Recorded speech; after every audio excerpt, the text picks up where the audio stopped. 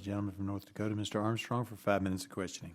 Mr. Siegel, you come from a patient family. Can you tell us why so many patient safety lapses are never reported to the OPTN? I think the biggest issue is that whistleblowers rightfully have no confidence that the OPTN would do anything with allegations that are brought to them. And I have a lot of friends who have tried to bring allegations and have suffered severe retaliation. What kind? So career limiting and in some cases career ending. I have a very good friend who brought a claim to the MPSC about MPSC being the body that is supposed to evaluate this, about inappropriate practices by two surgeons. They were pushed out of their job shortly after making that claim, and then within just a few weeks, the two surgeons about whom he brought that claim were promoted to serve on the MPSC.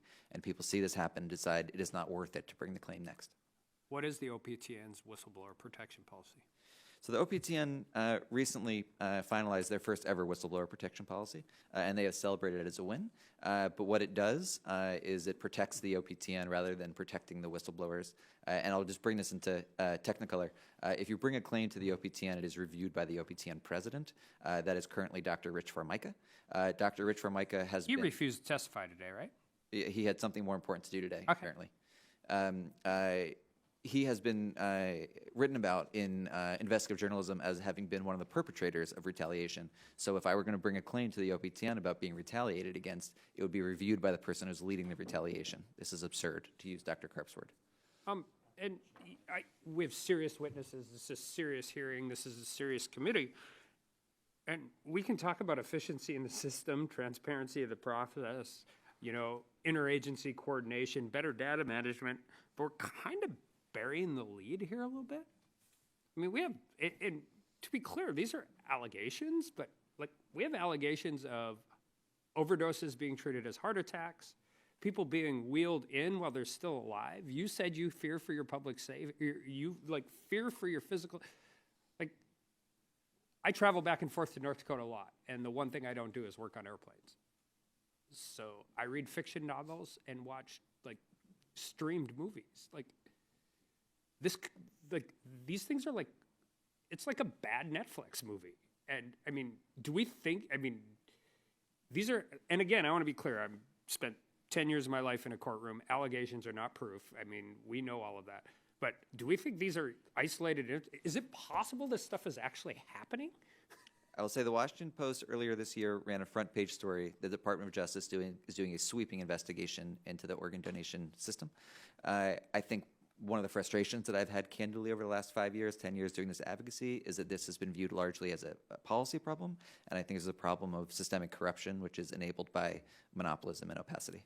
So why the corruption? I understand. I understand the framework in which it can occur. What's the motivation? There was two executives from the Alabama OPO that were sent to federal prison in 2012 for 14 months for a kickback scheme with a local funeral home. The whistleblower CBS News did a story about him. He said that he and his parents were threatened with being, quote, cremated alive. The OPO executive who was sent to federal prison, this is from memory, this is directionally right, it may not be the exact words, but he said there's too much money and there's too much unregulation in the system.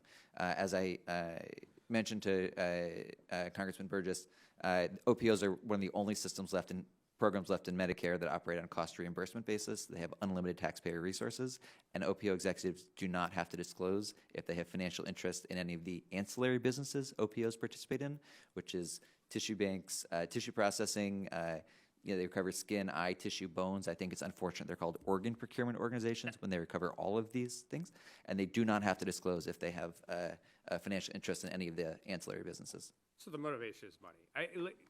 We do this a lot. We could talk about increased efficiencies, transparency, data management, and everybody's there. There's some times where we can do things and tweak things and make it better, and there's sometimes we need to tear things down to the studs and rebuild it. And Dr. Cannon, you've been just watching, and you get 22 seconds. What do we do? This is bad.